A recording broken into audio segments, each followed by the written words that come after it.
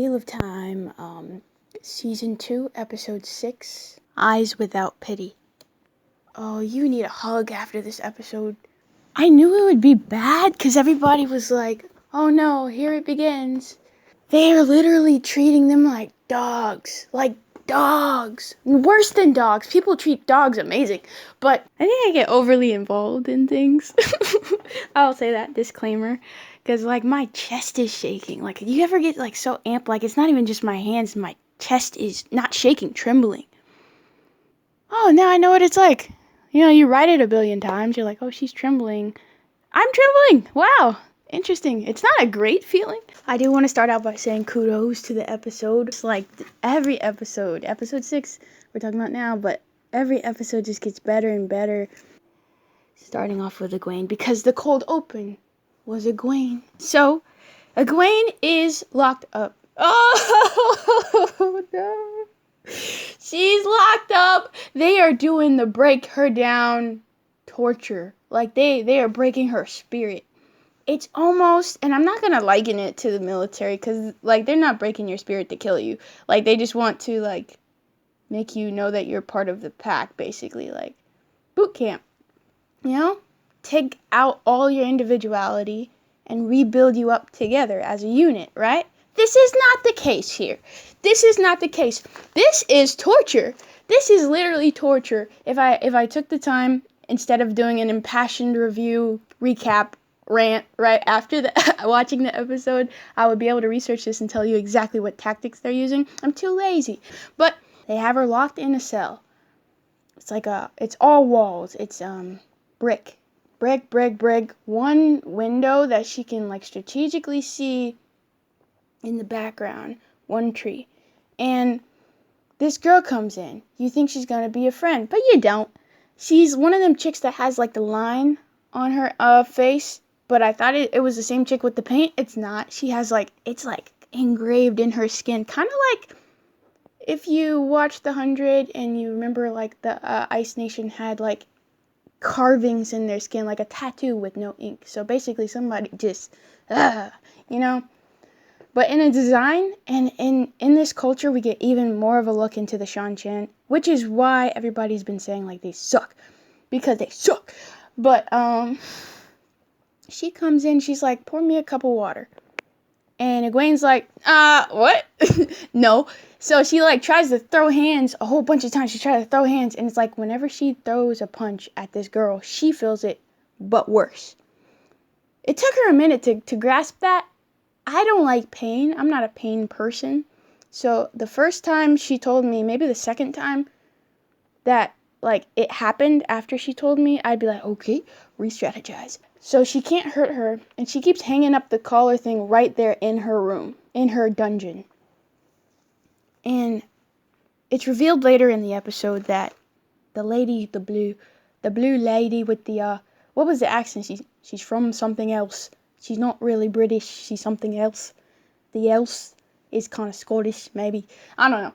But she was a sitter on the blue Aja. She's the chick that was trying to tell Moiraine, hey, hang back. Stay in the tower. You've earned it. I'll have to go check out the Sanche, basically. And I guess she did. And she got locked up, jacked up too. You hear screaming. You don't see anything because you're stuck in this thing. Then you have this armband, that gold armband, that was apparently made by an ex-Aes Sedai, or an Aes Sedai that's current. I don't know. Little traitor chick. I don't know the mechanics. I really don't know how it works, but it seems like it can sense your intention. So maybe it taps into your connection to the source to capitalize on your intentions with using the one power or using your own power at this point. Because she was just trying to throw melees, you know, at her. And it wasn't working. And then so she tried, like, a friend tactic. And was like, I'll be a good guy, you know, Stockholm, stuff like that. Try that on her. She's like, I believe we should be friends. What's your name? And she's like, well, she doesn't have an accent. I don't know how to do that. And she's like, eventually she, like, chokes her out or whatever. And she's like, Egwene. And she's like, Egwene. I see no reason why I wouldn't let you keep that name. Oh, how cruel. I have to scream and shout. It's like, I was prepared. I thought I was prepared because I was like, you know, she'll get out of it, She'll get out of it. I'm babied by shows, no offense, but I love these shows that kind of like put your favorite characters in a jam, but for half the episode, and then they get out, and then they're just kind of almost a little bit traumatized in the next episode, and then they're over it. I've been babied. I can handle more, but it's like, wow, they really took their time during this hour to show you just cuts in and out of Egwene's like situation, just days and days later, her in different parts of the cell, just this girl coming back, talking about pouring me a cup of water. She can't do it unless she has no intention of hurting her with it. She can't reach out for anything. A demane can't reach for anything that could be a weapon, that she believes is a weapon. And she's like, you can't hurt me. Your whole world is this cup and my water. Basically, she was like, pouring her the water would mean that she no longer thinks of her as an enemy or wants to kill her or hurt her. It's part one of breaking you. And she tried to do it the friend way. They worked together. You got to see like how they do things. Like she put the weave through her that armband, and then they were able to burn up a tree using Egwene's power. And I think they combined it or whatever. And then she's like, yes, you feel that rush? Do you feel our affinity? That's how it's supposed to feel. I was like, eh. And then she's like, did anyone tell you how special you were? I was like, every tactic possible she's using, like, just, I was like, don't fall for that. She kind of looked up a little bit. I was like, no, don't do that. Did they tell you how special you were at the White Tower? I was like, they sure didn't. I mean, they would mention it, but then they quickly pivot to Nynaeve, and that's one of her biggest, like, issues at the time. Broke her down, dude. Her eyes, progressively throughout the episode, Egwene's eyes got more and more, like, blood in them. Just from the blunt force trauma she was going through, the choking, the trauma her whole body was going through physically, maybe even, like, mentally, I don't know. I know they said, like, in the Garden of Gethsemane, Jesus was sweating blood. I don't know if that's related, but she was like, I don't think she cried blood, but there was blood in her eye. I don't know. A doctor would know, like, exactly how to diagnose that. But it would just worse and worse and worse. Her face was getting bloody and messed up. Because girl went crazy after she was like, pour yourself a cup of water. You did a great job. After they burned up the tree together, she was like, yay, maybe this worked. Now my puppy is domesticated. This is the domestication process. And Egwene was like, not really. So she reached for the thing, and it crunches you up, like, as soon as you reach. And if you ain't really out here trying to be friends with it, she reached for the clay pot. She couldn't bent up her wrist like this. I keep thinking it's going to break it, but it doesn't. And she's like, and then the girl, seeing that she failed the test again, beat her. She kind of snapped and beat her. I was like, why are you taking it so personally? Maybe that's why other ones don't do it personally, because their feelings get hurt. It seems like your way is not much better. In the beginning of the episode, I don't know the girl's name. Maybe her name is whatever. I don't know. She said, you are not a woman. You are not human. You are a demane. I said, oh, that's dark. And then, I know I'm jumping. And then you see these freaking guards or these ladies walking around with girls behind them, chained up, walking behind them with their heads down like dogs. I keep saying like dogs, but I don't really see anybody treating their dogs like this. Like, it's like dogs, but like a dog you hate, like a dog you don't care about. You have to be a specific type of person to chain someone up and drag them around. Even an animal, like, I don't know who would do this. Even a spider. I wouldn't even do this to a spider. That'd be scary for one, they're following me around. Plus, I ain't trying to torture nothing, you know what I mean? Like, if I don't like something, I genuinely, like, just stay away. It was just another scene that I think they did so well. They showed you as many times and as many quick cuts and long cuts, like, as they possibly could, how twisted the Sanche are, just by showing you. First, you see these scary images of their armor, inhuman-like qualities, like with the big teeth, the jagged teeth. They black out the eye area so you can't really see the eyes well on the soldiers. The girls are muted. They don't speak. The people at the top are just, I'll talk about them in a second, but back to Egwene. By the end of the episode, she was able to pour the water. She was looking a mess. She was all jacked up. Oh, I didn't tell you. Rand showed up because I'll get into that in a second, but basically she saw Rand and then woke up and she was like, she thought she was losing it and everything. So he knows. It was very well done. By the end of it, you were like, oh, and the actress, excuse me. Her name is Maddie, I think. Either Madison or Maddie. I'll check on that. I hadn't seen her really act up until this point. Like, I'd seen little bits, but this was definitely her time to shine. Like, she had the lip wobble. She said wobble wobble. She had the desperation. I believed she was choking. I believed she was hurting. I was like, goodness, when they dragged her in at the top of the episode. I thought about it. Like, I kind of left the realm of, like, suspended disbelief, and I was like, dude, doesn't that hurt? They're dragging her on a chain by her neck into the room. A stone, brickstone, something room. And she's just, like, writhing on the floor, like, trying to fight it, trying to not go in there, and then she's in there. I was like, oh, this girl can act her butt off. It is great. Oh, what a cast, huh? What a cast! Alright, and I think I will wrap up Egwene right there. At the end of this commentary or whatever, at the end of the recap, I will get into my thoughts and predictions and just raw reactions to what happened to certain characters. I do want to keep it a little more organized this time around, get a little better. Hey, let me get a little better. Okay, Nynaeve. So Nynaeve and Elayne are a package deal in this episode. We're still in farm right now with Nynaeve and Elayne. They're laying low. Remember the Aes Sedai lady found them, the yellow Aes Sedai? I didn't catch her name, but her and her warder are basically there on recon, boy. They came to investigate. She's the one that was taken. By the end of it, you do see that the yellow Aes Sedai gets taken too. Elayne and Nynaeve. They're starting to get closer because Nynaeve finally, like, kind of breaks down just a bit and lets her walls down and realizes that Elayne is there because she wants to be. She's there because she doesn't want to leave without Egwene. They tell that yellow Aes Sedai lady that Liandrin's a dark friend, which means that she's broken all the oaths, which really means that she is Black Aja, which means Black Aja exists. They keep going through this, you know? So I'm like, oh, maybe it's one of them things where it's like, oh, it's just a fable, don't worry about it. And nah, it's for real. So they tell her, and she's like, someone needs to tell the Amyrlin. And I know I just went off. Last reaction, please just let me get through this, and I'll apologize. They tell her, and she's like, the Amyrlin needs to know. And then they're like, well, it's not going to be us telling her.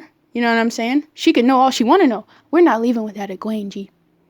And they both posted up a little bit. They're like, nah, G, I think you misread the situation. That's Elayne with her diplomatic words. And she's like, all right, so bring in this little thing. So he unwraps it, and it's one of the collar things. Bro, it's a collar and an armband.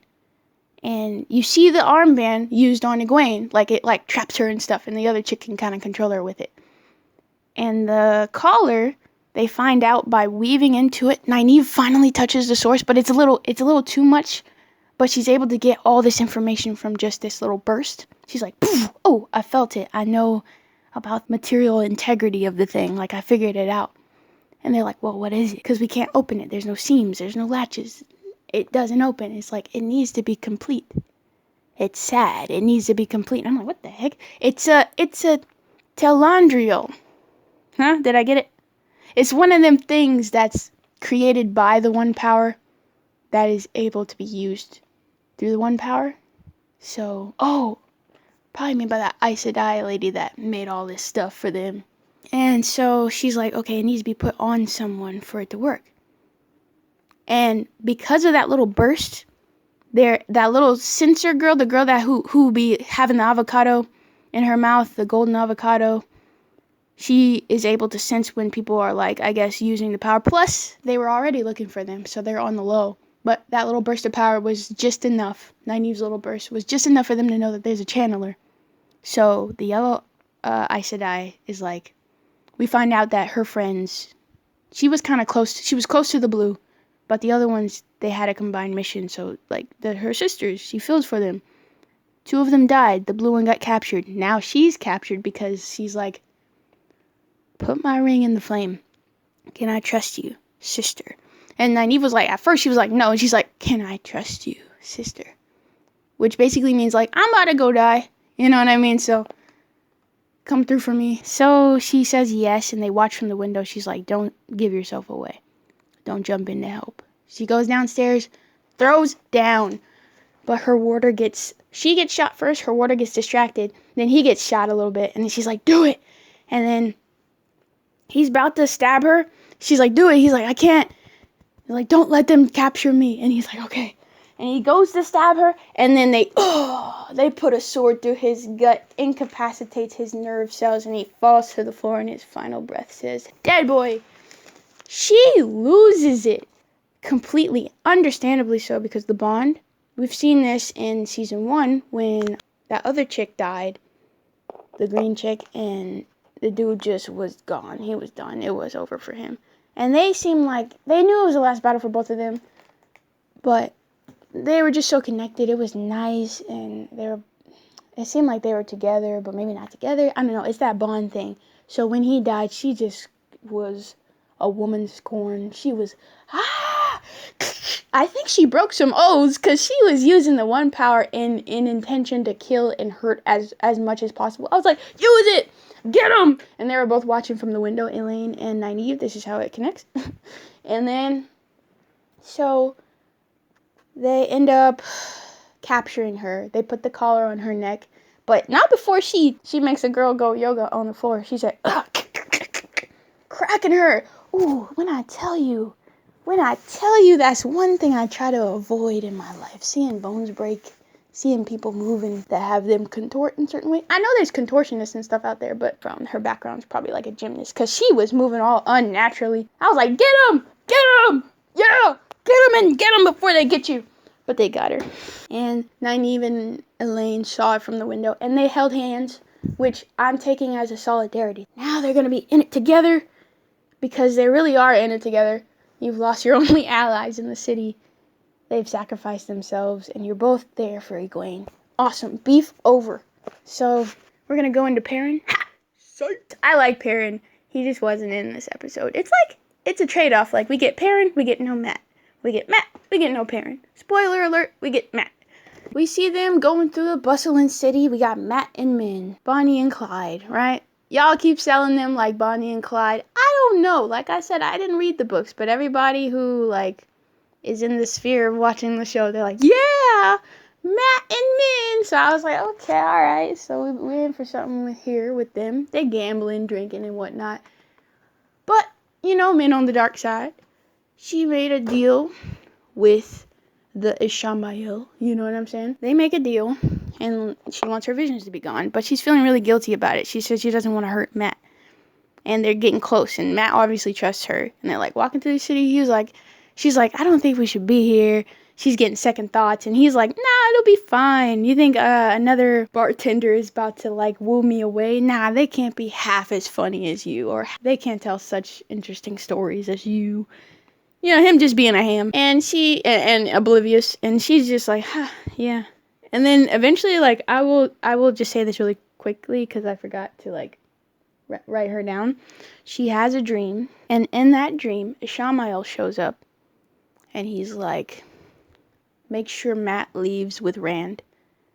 Because Rand is still in Chiron. Make sure Matt leaves with Rand. And she's like, I'm not about to do that. And he's like, well, yeah, you are about to do that because I can take away these things. He's like, I promise, this time I will. That's all you got to do, this last thing.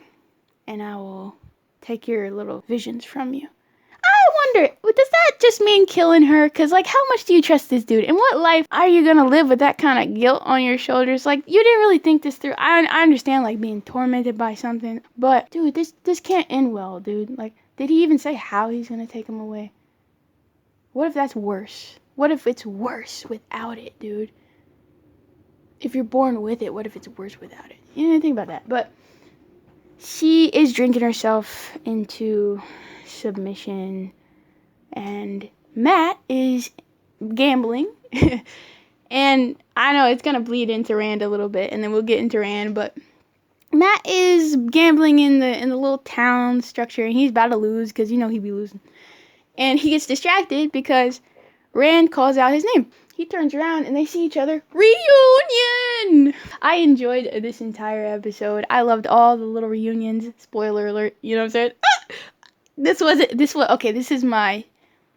is my third favorite reunion. Because I liked when Egwene saw Rand, but she thought it was a dream, so it's like, But then my first one I'll get to a little later. Hey, huh? Okay, but back to it though. They see each other, they hug it out. They're like, okay. They kind of chop it up, basically. Rand catches Matt up on everything he missed because he didn't go with him. Hey, you know what I'm saying? He didn't go. Matt doesn't say everything, though. Because I was waiting for him to say, Moiraine gave me away to the Red Aja. And Liandrin had me locked up for months in the tower with Egwene. But he didn't say anything. Which he probably shouldn't, because Egwene's all captured and jacked up. But anyway, he goes to Min, because he's like, I'll go with you. Because Rand is like, I gotta go. I'll tell you why in a second. And he's like, I'll go with you. Somebody's gotta keep you from getting a big head about it, huh? Dragon Reborn, huh? I was like, there we go. Outside of all the issues, it is pretty cool that you're a chosen one. Like, that's pretty cool. Hey, you know, I gotta keep you grounded, you know what I'm saying? Or keep me grounded. And it was nice. I was like, okay, cool. They're back together. At least he's not alone now. So he's like, wait for me at the gate. In an hour, I'll be there. Him emphasizing he's gonna be there made me be like, he's probably not gonna be there. But he goes to Min to go, basically, he says, break a girl's heart. And she's drunk. She's by the bed. She's like pulling herself together because she knows it's him. And she says, come in. And he's like, hey, what's up, G? So I ran into my homie. And then she's like, oh. And remember, she had the dream with Ishamael saying, just make sure they leave town together. And she said, you can't go. She tells him the vision that she saw when she first saw Matt killing Rand. And he was like, wait, how did you know that? I didn't even say I was going to go yet. I didn't say I was going to go anywhere. How did you know Rand? And she was like, and he walks up on her. I was like, this is great acting all around. Because, like, I don't know this dude. Here we go. I believe it. He's Matt. I love the reunion, too. Because I was like, dude, he did such a good job at, like, just culminating the moment where Matt sees Rand again. Even though he wasn't there the first season, he's there. It felt like he was there the whole time. They're just great. Awesome. And so he walks up on her. He's like, you played me, didn't you? You've been playing me. So he understands. Like, he's kind of a con dude. He got conned. He understands. He's hurt by it, but he's like, I know what this is. How long did you know? Was it when we left? Before we met. And then he puts it together and is like, and she's like, I'm sorry. He's like, you know, I thought you were my friend. And he's like, my mistake. Basically. So he has his moment. She's broke down, tired, and sad and stuff like that. And he goes, and she's like on his way out the door, she's like, if you love him, don't go with him. Because she tells him about the vision about killing him. So I was like, and he's out of there. He goes, and he's waiting. And by the gate, you see Rand kind of pacing, because, like, he's late, probably. And he's just watching him through, like, a market thing. I don't know. He's hiding, basically. So Rand can't see him. But he can see Rand. And then Rand's like, he kind of puts it together in his head, and he's like, alone it is. And then so he starts walking, and Matt is, like, tearing up and stuff. Because he wants to go with his friend, but he's also like, I don't want to kill my friend. So it's like, he's going to stay. And curse is foiled again. You got it, Ishamael. Thank goodness. Because the bad guys, I told you last time, they were winning too much. Get them bad guys. No, we're not leaving together. Yes. Now reconcile with Min and figure out a way to get Ishamael. Which is interesting because it seems as though they are not the only ones getting a win against Ishamael. Let's go to Rand. In the last episode, episode 5 in the end, we saw that Rand was all tied up to this wheel with Lanfear. Lanfear, I'm so confused here because we know that they can put fake visions. That's what I think the vision was. I think it was fake. And influence their dreams and lie, basically, and trick you through your dreams. Rand was talking to her. He was like, if you want me to trust you, earn my trust, basically. Like, do something that is warranting trust. Because she's saying, stay away from Moiraine. She's had you on her strings this whole time. Do this and do that, basically. You need to watch out for this. I told you I'm protecting you from Ishamael. I kept him out of your dreams. And to drive home the point, she was like, okay, well, I will help you under one condition. And I knew it. I thought at first he woke up out of the dream and Moraine's there. She's like, okay, what happened? And then he's like, he shakes his head, and at first I thought he was possessed. I thought she went in his body and was about to stab her out. I was like, bro, you gotta get out of there, get out of there. But no, he just, I don't know, it was a weird acting moment. Maybe, not a weird acting moment, but just a weird moment. Maybe I was thinking it was something that it wasn't. Maybe it was supposed to be seen that way. He gets up, he's like, I can't be around you. She said she'll kill you if she sees you with me again. And then he's like, just tell me one thing. Did you know that, like, what's his name? The false dragon dude was going to be there. And she was like, yes, out of the White Tower for you, because you can't get to him in the White Tower to train you. And he was like, whatever, I gotta go. And then she kind of like breaks down. She looked like she was about to cry then, but she's super exhausted. So it's like, bro, this is too much. I did all this for you, and now I have no plans. I don't know what to do. And then I'll get to her in a second. She's after Lan. So Rand and Lanfear go on a dream vacation. In that dream vacation, he is asleep and he sees that he kills everybody. So actually, I'm sorry. We do see Perrin, but his throat is slit and he's dead. So no lines. Egwene is dead, but she's in the last outfit that he saw her in. So another good indication that it's a dream is that it's working off of the character's memory or the character's perception of what's happening, because it's a little bit of an unreliable narrator, because we know she hasn't been in those clothes since season 1. Since the last time Rand saw her, she was in that red cloak thing. She's been at the tower, she's been in this and that, and now she all jacked up. So she's not in that. She's like, okay, to prove myself to you, because Ishamael walks up and is like, this is where you're headed. Dragons kill everyone they get close to. And then she shows up and she's like, you shouldn't be where he doesn't want you to be. And she makes him go away. I think that was a tactic, but I'll get to that later. They end up going to see Egwene because she's like, anything. Who do you want to see? To prove her, that she could be trusted. And he's like, she knows he's going to say that. Egwene. They go in the dream. Like I said, they got a little reunion, but he's like, what happened to you? I thought you were in the tower. And she's like, Rand? And she's about to have a moment. And then Lanfear said, I don't like them touching. And he's like, please, I'll do anything. And then, because, they woke up. And then she wakes up and she doesn't see him there. And then she thinks he's going crazy. That's what I said earlier. So he eventually goes back to the false dragon. And he's like, teach me. He's like, I knew you would be back. Enough, dude. Enough. Washed up, boy. Be Yoda. Be Yoda. Go down in history as the dragon's teacher. The Dragon Reborn's teacher. No, you're not the Dragon Reborn, but it's better than then dying in obscurity. So he's like, okay, embrace the source. And then Rand starts to embrace the source. He starts getting super bright. He's embracing too much. He said, not too much, boy. You'll burn yourself out. And he said, he did a little too much. It threw him forward, and it threw some contents from his stomach. I don't know what contents, not very much, because they don't really eat in the show. He's like, with that kind of power, boy, you can fight anyone and anything.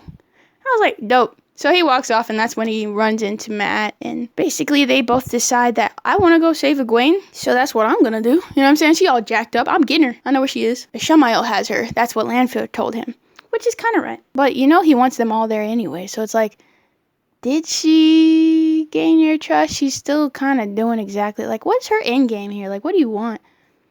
And she kept calling him, not Lars, was it something with an L? It's 2 names, but they're both very short. I think that's the dude that she actually fell in love with, the dragon she fell in love with. And this reincarnation, she has a soft spot for because he's kind of more of a softie. So there's that with Rand. And as he's walking away, because Matt doesn't show up because he's hiding and stuff, Lan walks in front of him. What is Lan doing in Chiron? I thought Lan was headed to the White Tower with Alanna and the 2 Wonder Twins. Guess what? We go into Lan. He's like, I can't let you pass. Lan! It's good to see him. We see Lan. He's walking with Alanna, and I don't know their names. The 2 the 2 warders that Alanna has. Kind of, and they're acting real shady. I was like, bro, they're acting like they trying to roll up on him or something. He's all unaware because they're like, we're buddies, we're cool. But they found the poem, remember, in the last episode. And he doesn't know they found a poem, but they think he's a dark friend. And so they're kind of scoping him out. They're being suspicious and whatnot. They're walking and they end up in front of these monuments, and it's apparently a shrine to the Forsaken. And I'm like, ugh, first off, y'all, and I was like, okay, who would do this? And I was like, oh, dark friends, that makes sense. I was like, y'all are twisted enough to make a shrine to the worst people possible. it's very well unkept, so there's hope there that they don't actually use it anymore. But the fact that they built it to begin with, and Lan was walking around like caressing the statues, which didn't help his case. He's like, something about power here. There's a lot of power, and they're just looking at him like, power, huh? And they're like, interesting. He's like, interesting place to camp, and they're like, yeah, let's camp here and sleep. And then you hear this commotion coming from their tent, and you think, and Lan's sleeping outside. He's like, ugh, annoying. He thinks that they're all in there, like, having a good time, as they do. And I'm like, what a weird thing to, like, switch up the tone like that. Like, they were all suspicious and looking, cutting eyes at each other and cutting eyes at Lan and being real short with him and weird and lingery and trappy, almost like they're leading you into a trap. I was like, y'all acting like some snake chicks right now. Why y'all acting like this? And it turns out, Lan's like, screw this, I'm about to dip. Because when they showed up to the statues, he's like, yeah, the Amyrlin exiled me, so I'll need to get this and this. And then Alana says, Amyrlin won't be back for a couple days. She's doing this, this, and this. I know she's not watching no seals. I know that's where she's at. Anyway, so she's like, you just wanted me to tell you where the Amyrlin was. And they're like circling him like vultures. They're like, are you a dark friend? And they recite the poem a little bit, and they're like, blood is everywhere, blood through all, blood everywhere. You know, the poem. And he's like, oh, Craig, you think I'm a dark friend? And he was offended. I was like, just clear it up. This is not the time to be a man of little words. Clear it up. And they're like, if you tried to leave here, we would kill you. And then she was like, where you stand. And she's doing the weaves against him, like holding him. And I think it was like a lasso of truth, very Wonder Woman vibes. She's like, tell us. Basically, she's like, we know you're hiding something. Tell us, or we're about to have chopped up land pie. So basically, he is lassoed into telling the truth. And I was like, oh crap. Like, why did you need me to tell you about the Amyrlin? And he was like, I was like, oh, don't say it. Please don't say it. He's like, it's about Moiraine. I was like, what about Moiraine? And he's like, I was like, please don't. That's not good. She shouldn't, don't do it. And then he's like, we found the dragon reborn. I was like, oh, a better one. Good job, brother. That's a better truth, because I thought he was going to expose the whole, like, and I was like, bro, don't do that, bro. I don't think that's the best choice.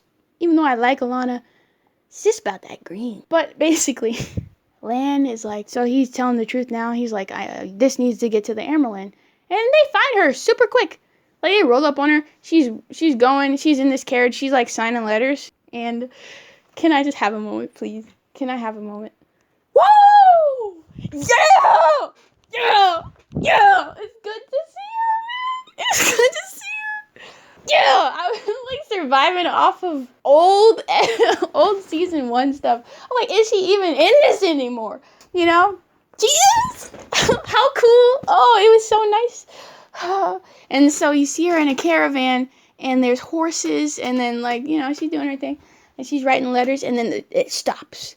And then I'm like, oh crap, what's going on? Because she's riding at night, and it looked like she don't have very many guards with her. I'm like, oh crap. So she stops writing, and then all of a sudden, like, she closes her eyes, and you know she's about to do some weaves or something. That crown that you think, like, it looks like her crown, but it's like a bunch of little, like, weave knives. It's like, I was like, oh, we finally get to see her channel. And I'm like, okay, I hope it's nothing too dangerous. Oh crap, what if it's Shamael or a Lanfear? Oh, or a Sanche. I don't know. It could be the white. I don't know. There's so many enemies. Or it could be Liandrin. And then they open it up, and it's Lan. I said, thank goodness. He's like, mother. He's like, Lan, what is it? And he's like, it's about Moiraine. And then she's like, and it cuts. So you don't get a huge amount, but it's like, it's enough. Whoa, it's enough. It's like a Gatorade on a really hot day, where, like, you were super thirsty, and when you know you need water. I need a full episode of, like, just specific things. Don't worry about it. But this Gatorade, this cap full of Gatorade, I think, maybe I do have, like, 2 favorite characters, and maybe they're both in this episode. Leave me alone. Okay, let's go to Moiraine. So, where did we leave her? Rand left her, actually. Come on, bro. We're not gonna do this. I always feel for her. I always do. And especially because I have a week to hear everybody's arguments. There are other stands, which I was so happy to hear that I wasn't the only stand, because I was like, am I a little crazy? No, I'm not crazy. I have teams of crazy. They reinvigorated me on with social media. So she did say to the lady, go to Tarvalon as fast as you can with them horses. And the stable hand chick decided to let the horses rest. Of course. That's the nice thing to do, but sis, that wasn't the instructions. Lanfear caught up with you, and now you got show mouth. I still feel for her, but I'm over it. You know what I'm saying? I'm over it. New problems. In this episode, Rand leaves her. She's all jacked up, but just because, like, this whole thing has been about him. Plus, she has not slept. Literally, not slept in I don't know how long at this point, you know? She hasn't slept. It's been night after night consecutively. No sleep. Then she was writing this letter, and again, with the language, I don't know what the language is. Looks really cool. Like, she was, like, writing it, and I didn't think about this until the end. They were, like, writing, I'm like, what language is this? How did they learn how to do this? Because she's, like, writing, and then you hear the dialogue, and she's saying, she's writing a letter explaining that she's been stilled, basically. And I'm like, dude, what are you doing? Are you gonna die? What are you doing? It's like when people write those letters, I'm like, what are you doing? What's your plans? Because all her plans went out the window. So it's like, are you about to do something reckless? Are you going to run after Rand anyway? I don't know. But she was writing a letter. And then her nephew comes in with a ham sandwich and a story. And she's like, bro, I'm not hungry right now. And he doesn't really take the hint. So I was like, oh, dude, you gotta go. Read the room. But he's like hoping, like, that's his aunt, man. And he's like, I'm freaking happy to see my aunt again. I know she's kind of cold chick, but I want to see if maybe she's not going to be cold chick with me. And he goes in there and she's cold chick. And then he's like, oh, I'm sorry. I didn't mean to interrupt. I think he calls her Auntie Mo or Aunt Mo. I was like, oh, poor guy. But it's also like, dude, I haven't seen you forever. Literally. Since I was a table height. And it's like, but he just doesn't know it's the wrong time. He doesn't know the stakes. So you know both sides. And it's like, it's sad to see. And then so he goes out the door. And he's like, and the sister's like, so how was it? And then he's like, you were right. But I was kind of hoping that you wouldn't be. He didn't use those words, but basically that's what I remember. So he goes off. Sadly. And the sister's like, that's enough. That's my homie. That's my son. Boom! Slams door open. She gets up this time. She's like, I'm exhausted. I haven't slept in a few days. So she's telling her basically why. She's like, you're just like mom. You got nothing good from him when he was dying. I know you don't care about me. And I was like, ooh, that hit her. Because she put her head down like that. She's like, I don't think that's the truth. But she, honestly, I can't stick up for her as a sister. Because you haven't been there as a sister. So it's like, dang. She's like, I don't know what you did to him. I don't know how you do it. You just have a way of making people look up to you and stuff like that. But then you ruin it. You're just like mom. Dad asked for you. I was right there by his side as he was dying. But all he did was ask for you. We sent letters to the White Tower. You knew he was dying. What could be more important than being there in that moment? What was more important, Moiraine? And I was like, she's not going to tell you. So she goes back to writing, and then, like, she goes back to ignoring and stuff. Like, that can't be your response, bro. I know you can't lie, but I know you can't tell her, but say something. But the sister said, don't say something. I'm giving up on you. She gets up and she says, I want you out of here. I want you out of this house. You do not, da-da-da-da-da. She's popping off crazy more and said, I am the eldest daughter. This house is mine if I want it. So you and my nephew living here is by the goodness of my heart. And then the chick leaves out. She's like, yeah, you are just like mom. I was like, she quickly turns back around and starts writing the letter again. But I think that part gets to her. Because inferring, again, because they given it to you to infer, their mom was trash. She loved her dad. She was super close to her dad. Her dad was like nice and the good things, and the sister doesn't believe she's the good things, and now it's like hurting even more that probably she couldn't be there for her dad, and that her sister says she was like her mom, and that her sister thinks she doesn't care about them. All those things. So she goes back to writing a letter with all that grief, and then all you see this time is dearest Swan. So you figure out she's writing to the Amyrlin what happened, like her getting stilled, because she has been balling up the letters, basically not getting the words right, things like that. When we see her again, she's giving the letter to that old man. That old butler. Always old butlers. I don't ever see a young butler. It's like they hire you and that's your job for life. So she's like, this needs to get to the blue Aja. They'll know who to give it to and how to get it to her and all that. And he's like, yes, ma'am. And he goes around the corner and I'm like, did something happen to the sister? I don't know. Oh, the sister comes in. Like, she goes to her nephew to kind of apologize and say, you know what? I think that ham sandwich is as good as you were saying. Basically just finally melting a little bit and being kind and being able to, like, you know, just let him in just a little bit, because it's like it's tearing the family apart to be so distant but right there, you know. And I don't think that's her intention. So she goes in there to make nice with him, basically, and just be like, bro, it's not you. It's, the sandwich is really good. I think you'll be a really great king. And that's a compliment he takes to heart. Then he comes forward and he hugs her and she hugs him back. I'm like, yeah, a hug. Oh, it's very much needed. It's very much needed and almost overdue. They're hugging. The sister walks in while they're hugging. I'm like, okay, good. A good moment. Maybe she'll be able to reconnect with everybody. But the sister cuts that off real quick and she's like, the Emerlin is here in Chiron and she's requesting you specifically. So I thought back, right? When we see her writing a letter, I think it's because, like, remember she got exiled and said, don't come back until I call you home. There was a very special seal there and it was broken, I think, and there was a letter missing out of it. I think she was calling her home officially to the White Tower. And then Moiraine was about to decline, basically, telling her the truth of what happened. I think that was what the urgency was. So her being there and saying, like, she's here in the city. She wants an audience with you specifically. She on the way. And then, oh, I can't go straight to her. Dang. Okay, let's go to let's go to Liandrin. Kind of a quick moment. Oh, I'm sorry. I know the audio is going to be all jacked up, but dude, Lanfear is going to get these hand fears, huh? Enough with her. That's probably too loud. Enough with her. Guess what she did? Liandrin swore her oaths to the dark to keep her son alive. Which I'm still like, you couldn't find a yellow Aja to blackmail to get her to fix that breakbone, but it's probably because he's old too, and he probably would just die after he's healed. And it's like, Lanfear goes there, and it turns out when you swear your oaths, you don't swear it to Ishamael. You swear it to Lanfear, I think. And then she goes there, she's like, he's the last shred, he's holding you back. And she's like, why are you following Ishamael? You don't even like men. And she tells you a bit of Liandrin's backstory, basically saying, he's the last shred of the girl you used to be. The girl who was beaten, starved, and really sold into marriage before she even bled. And she was breaking down. I was like, dang, I heard little whispers of what Liandrin's backstory might have been, plus her hatred for men comes from somewhere, you know? And he was the last shred of that, and she's like, I'll do what you are not strong enough to do. She sucks the soul out of him. Basically, that's what it looked like, but she uses the one power to, like, take out his last bit of life, and then he dies. And I'm like, she did all of this for him, and you killed him? You killed him? And she's like, well, now you're set free. I was like, set free? Yeah, okay, stew in it then. Liandrin, sis, this is when you double agent for the good. Double agent for the good side right now, because now you have nothing to lose. And there's no reason why you stay loyal to them.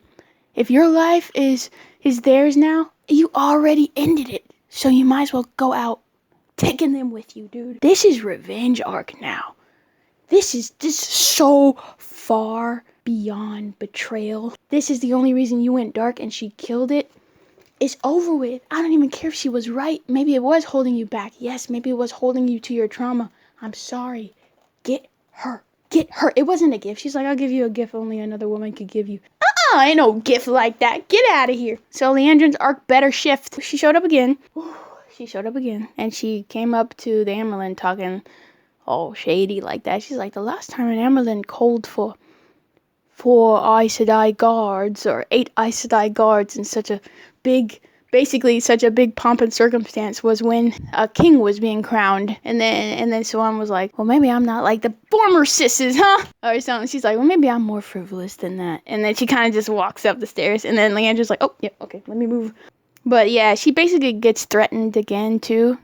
I think by Lanfear, because she was like, so she basically, and she was looking scared when Lanfear showed up, too. Like, she knew exactly who she was and what she could do. And she was like, she didn't fight or anything. And I was like, oh, man. Sis, they got you. But you're not bad, dude. You're not bad. You can still fight this. I have hope. The Amerlin. Come on. Hey, let's go. She back at it. She back at it. Oh, I was so happy to see her channel, dude. I was like, that was one of my complaints. And I remember I'll walk it back, sis. I'll walk it back. Not all the way because Lanfear did get out of the seal, but I see you. I'm not going to yell at you. But she summoned them little knives. I was like, do it. She did it. She did it without hand signals and all that. I was like, please be the best channeler I've ever seen. Please. Okay. So she shows up because, like I told you, she was writing the letters. Lan came to her and basically told her what was going down. And another way she was involved in this episode was, we saw Lan for like 5 seconds. Lan is wherever the Amerlin is. So she's like, she on the way, basically. And I don't know what stairs she was going up, but maybe she's back at the White Tower. I'm not sure. No, she's in Chiron. She was going up some steps, though, looking like the Pope. Let's go. Hey, look like the Pope then, you know? And they kissed the ring, too. That's wild. I really started to like this. All right. So, I liked it before. I'm just saying I'm being dramatic. I don't know. There's not much else to say. She sent a letter, I assume, to invite Moiraine back to the White Tower. Moiraine was going to deny. She was being more personal about it, so I guess she was more personal about it and used her first name and all that and, gave the letter to the butler to take, but she's actually in the city, so they're going to meet up. It showed in the next up preview that they are going to be in the same room. Huh? So we're finally going to get some confrontation. Now she's going to find out she's stilled, unless Lan already told her. Good. I want to know what they're going to do about this. Is she going to be stilled forever? Because there's only 2 more episodes. I can't wait a week. But I'm sorry. Let me finish up this recap before I get into them reactions.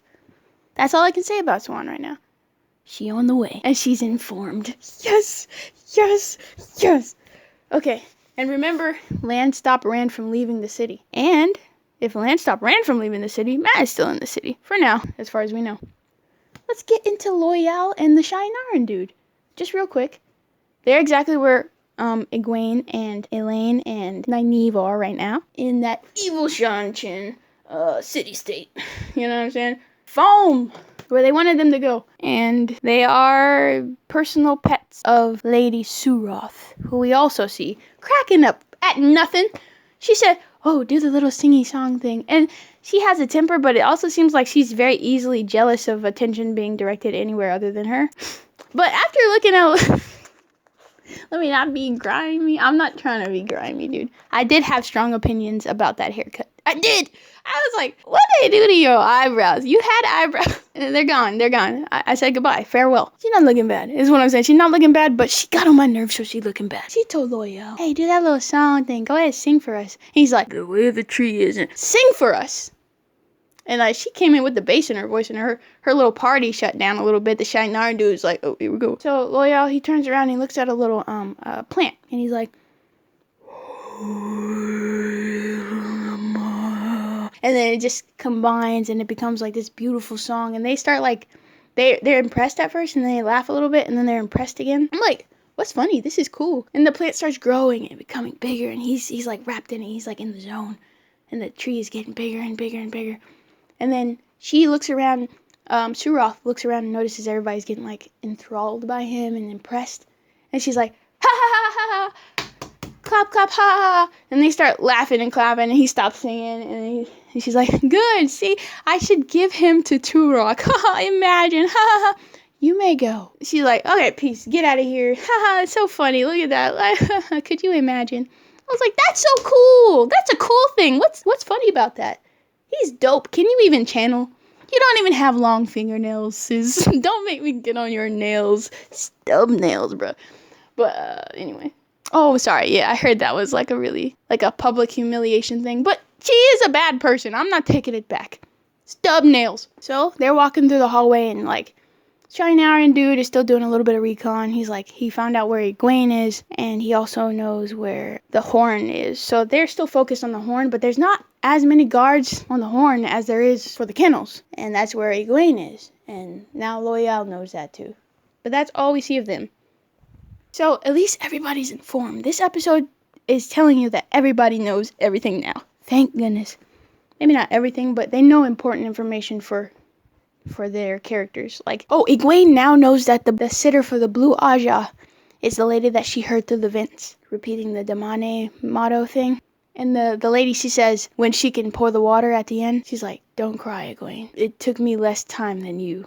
And I was a sitter on the Blue Aja. I was like, I knew it was you! I knew it was you! Yes! we see her, and I'm like, no, I remember. I don't need the title or any of that, but Egwene did because she can't see her. I was like, wow, work together and get up out of there. So she knows valuable information. Nynaeve knows about like all the rings and stuff, so she got the rings. She also knows that there's a captive on the inside now. There's 2 captives. They know where Egwene is. I don't know what they're gonna do, but they know things. Perrin knows nothing but to go to Foam, so he's gonna show up, in Foam. Oh crap, he's gonna show up in Foam. Matt knows that Rand's alive, and he also knows that nobody else knows that Rand's alive. And he might have saw the interaction go down with Lan stopping Rand from leaving. If he stuck around a little longer, he also knows Min set him up, but he doesn't know by who. So he might figure that out. Rand knows a lot more things too. Lan knows he was very useful in this episode, like him going around telling the Emerald, yes, tell her, because it was going to take way too long for that information to get to her. Please. Moiraine is knowing more about Lanfear, knows that Rand can't be by her right now, knows that basically the Emerald's on the way. That's it. Liandrin, I feel so sad for her, bro. Oh, I'm ready for her to just throw hands at Lanfear. Bye, Lanfear, you know what I'm saying? I don't know you like that. I'll choose Liandrin over you any day, dude. Even though I kind of feel for her, like, she got left, and that's why she turned to the dark, and that's why she's in love with, like, the Dragon Reborn. It's kind of like a possessive sort of, you left me, but I'm stuck in the worst parts of the stages where, like, you're supposed to get better, but you didn't. It's very easy to slip into that. And she just never got out of it. So that's who anyone can become. If you let that darkness consume you and you create a home in it. So it's like, I get it. And I kind of want her to get happiness because her eyes like tear up sometimes when she's talking to Rand. I'm like, dang, I kind of wish you had your happy ending. But it's also like, I don't like that you killed Liandrin's son. So if you gotta go, you gotta go. And your happiness might be not being here no more. You know what I'm saying? You ever think of that? Maybe your freedom is not showing up again and again. But maybe that's why they're in the dark. Who knows? So let's get into predictions and head out of here because this is very long. If you made it to this part of the predictions, then thank you and listen up because here we go. Predictions. What do I have? Reactions and predictions. I could go on and on and on and on. I really could. Predictions. I think, okay, so obviously I think that they're all going to end up in... Ooh, I don't know. Are they all going to end up in Foam one way or another? Or are they all going to end up in Chiron? It seems like they're going to be in Foam because, like, unless they're able to run away from there and get to Chiron, it does seem like these are the 2 map arenas. But where is it going to go down? I don't know. I do feel like the tide is turning against Samael, though. Min hates him. Liandrin has no loyalty to him. Especially now. Lanfear even was kind of throwing him under the bus unless she was lying. I did say I'd get back to that. Unless she just apparated him to make him seem like he was there. And make it seem like she got rid of him. So it can make it seem to Rand that she can be trusted. But she's still working with him. But she did say she'll betray him. So I'm kind of hoping Lanfear, Min, Liandrin all have a reason to take down Samael. But don't forget there's other Forsaken that we haven't seen yet. So that could be a problem. But he's the closest one. So it's like, I don't know. I'm not quite sure if Lanfear can be manipulated because she kind of was expecting him to come in there with some sort of game plan. I don't know what she'll do. I haven't figured out exactly what she's doing, but she is in control of everybody, it seems like. She's popping in on people's dreams. So I'm worried about that, but I'm also like, okay. And I know Egwene is going to get through this. I don't know if she's going to come through this as herself, though. She's going to be hardened chick for real. Because she's going to have to be. I hope she's not going to... Oh, dude, I hope it's not going to be another one of those Reek moments from Game of Thrones. Remember that dude? He was so, like, cocky and confident and almost overly so, if not overly so. And then after that dude tortured him. Basically, it's almost the same thing, except not as explicitly torturous. Because that dude was crazy. That crazy dude was crazy. And he was never the same after that. So it's like, oof, I don't know. I think... It's gonna be bad, but I think she'll pull through, and I think she'll be more powerful, but she might also be more dark. And that may be exactly why Samael wanted them, the 3 girls, Elayne, Nynaeve, and Egwene, but he wanted them to be delivered to the Sanche specifically because it would break them of their spirit. So it's like, wow, he had a pretty packed plan for all these people. What is his plan for Perrin? And don't say Planned Parenthood. Yeah, another prediction. I thought Lan was gonna get chopped up. I did. I was worried. I was like, they rolling up on you. I'm like, at first I thought Alana was gonna get like stabbed out. I was like, why are they rolling up to this statue place? What's over there? And then I was like, they rolling up on Lan. Oh, that's bad. But it just turns out like they thought he was a dark friend, which is understandable, but it's also like, sheesh. It just goes to show, like, I may love you. You may be my brother, blood. You may not be my blood brother. You may be close chosen family, but bro, I work for the wheel. Huh? Anybody that threatens the wheel at all, that's my old blues about that. Like, Moiraine's about that. She said, nah, G, I don't even really care about all that. If I sense that you're going dark, you dead, bro. Because I'm about that wheel. Like, and it's wild, but it's like, it's true. In every relationship and scenario, they seem to always do that. She hasn't necessarily done that with Siuan, but I think it's because Siuan about that wheel. Huh? She's not gonna ask, choose me or the wheel. She's gonna be like, choose the wheel and kill me. You know, I don't know. Obviously, I haven't read the books, but I'm just putting it in perspective. These Aes Sedai are about that wheel. Except for Liandrin. She against the wheel, I guess, at this point. I don't know, man. It's wild. That thing with Loial singing was very interesting. They took the time to focus on that and that specific ability. And then they also had Egwene burn a tree down using her power. The tree gave her comfort, and then they had her burn it. I was like, okay, is there some symbolism in there somewhere? She's burning stuff down, he's growing things. She burnt her comfort. He is being forced to grow his, even in the face of humiliation. So it's like something good is growing in Loial, and it's also like, again, to a non-book reader, like, oh, I didn't know he could do that. I thought he'd just be reading books and knowing stuff. Nah, he got something going. Now I'm curious. I'm like, oh, what are you? Like, what's your ancestry, brother? Like, what you doing? And the Nynaeve guy was there. He witnessed it, so that was cool. But I'm interested in seeing, like, exactly what they're gonna do with that. If anything this season. Maybe in the next 2 years when I'm 900, we'll finally find out what's going on. Or I can read the books, but I'm a lazy chick and I don't want to. It's very interesting. I would be tempted though, especially if they make us wait 2 years. I might go ahead and pick up a book. Hey. I think that's all the predictions I have, and I don't want this to be too long, so I'm gonna cut it up. I will see you again when the next episode drops next week. Hang in there and rank the video if you want to. I really have no plans for this channel like that, so do what you want. But if you want to like, that's cool. When I see one like, I'm happy. I'm happy the whole day. So if you want to, feel free. If you want to drop a comment, please be nice, chick, because I'm sensitive, okay? And just tell me, like, what was this episode in your rankings? Like, did you like it? Was it the best? Or was it Was it mid? Did you want more action? Until next time for episode 7.